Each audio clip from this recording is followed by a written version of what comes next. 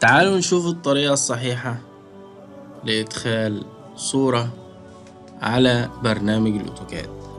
أولا الطريقة التقليدية إن حضرتك بتعمل insert للصورة عن طريق قائمة insert، وبعدين تختار الاتاتش بتاعك، تحمل معانا وتدخل على الصورة على الكمبيوتر بتاعك وتدخلها على برنامج الأوتوكاد. عندنا الصورة هننزلها على برنامج الأوتوكاد زي ما حضراتكم شايفين. ادي الصورة، بس هتقابل حضرتك مشكلة. ايه هي؟ ان الصورة دي لو اتحذفت من على الجهاز عند حضرتك بالتالي هتتحذف من على برنامج الأوتوكاد. تعالوا نشوف ايه اللي هيحصل.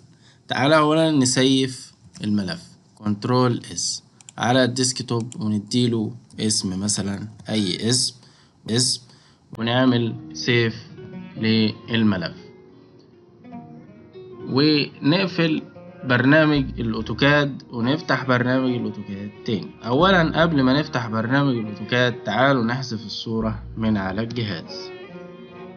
تعالى افتح برنامج الأوتوكاد تاني وشوف حضرتك ايه اللي هيحصل بعد ما تفتح الملف اللي انت مسيفه. يعني انت لو اخدت الملف ده واديته لزميل ليك بالتالي هيحصل عنده المشكلة انه مش هيتعرف على الصورة. طب انا النهاردة عشان بطريقة صحيحة انه افتح برنامج الاوتوكاد مرة تانية الاقي الصورة موجودة، اولا لازم ان الصورة دي تعمل لها نسخ من على برنامج فوتوشوب او برنامج البينت.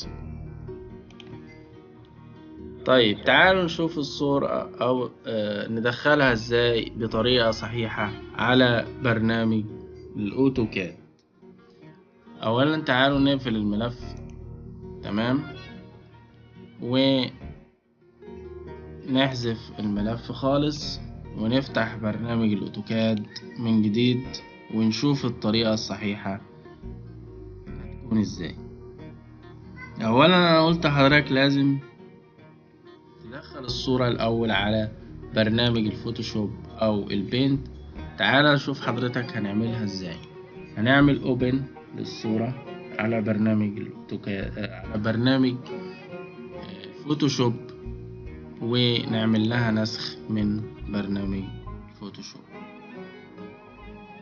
الصورة هي حضرتك تعمل لها اوبن، تمام، وبطريقة بسيطة خالص هتعمل كليك شمال وكنترول على الصورة،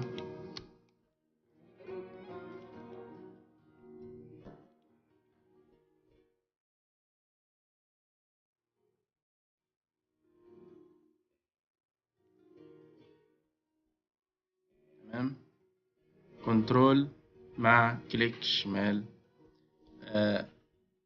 هيتحدد الصورة، هتعمل لها من قائمة edit، تعمل لها نسخ copy وتروح على برنامج الأوتوكاد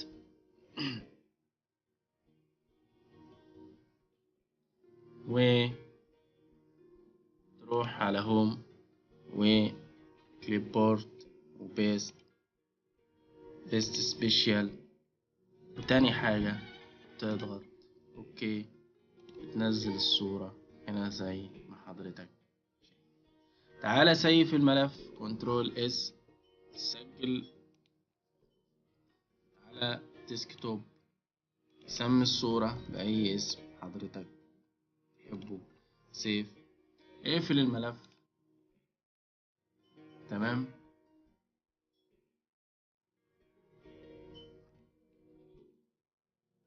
احذف الصورة، تعالى افتح برنامج الأوتوكاد من تاني وشوف حضرتك ايه اللي هيحصل. ان الصورة ان شاء الله لا زالت متوفرة على ملف الأوتوكاد، ودي ان شاء الله تكون الطريقة الصحيحة انك لو أخدت الملف ده واديته للزميل ليك في الشغل إنه يعدل عليه، إن شفت حضرتك الصورة واضحة خالص ونازلة على ملف الأوتوكاد.